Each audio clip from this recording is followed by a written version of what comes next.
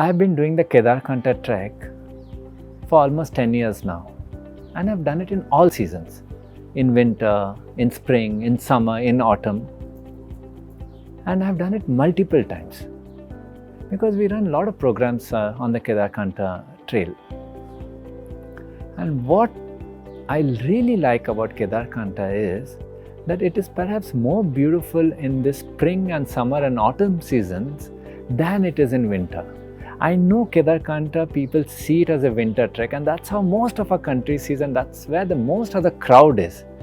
But very frankly speaking, the real beauty of the Kedarkantha trek is in these other seasons, especially the spring, summer and autumn seasons. And I want to tell you why. In these seasons, what happens, the colors of the trek come out. The Kedarkantha trek is actually known for its colors, especially the colors of the forests. Kedarkantha has one of the most beautiful forests that I have done. In fact, I have done so many treks in these altitude ranges, but the forest of Kedarkantha has captivated me perhaps the most. That's because the colors keep changing. When you go on the Kedarkantha trek, you will notice you're seeing yellows, you're seeing greens, you're seeing oranges, you're seeing blues, you're seeing all these colors, and in a short span of time, and they keep changing as you keep going up or down the slope. And in this multi-level of forest that we have, it is mesmerizing to walk through this forest because you're suddenly hopping from one level to another, then another high level, and you keep going on and on and on until you hit the end of the tree line and you see the end of the forest.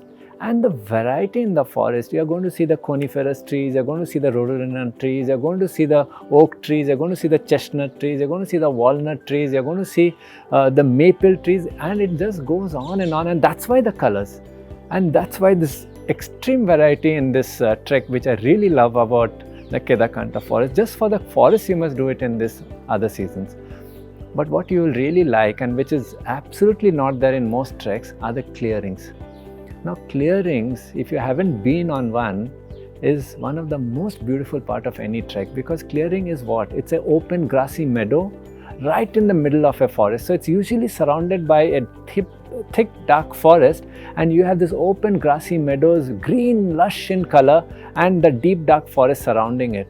This contrast of colors, and especially with the light hitting on it, or sunrises, where the lush green carpet that you see in front of you with the deep dark colorful forest behind you, is something which is absolutely magical, which you don't see in most treks.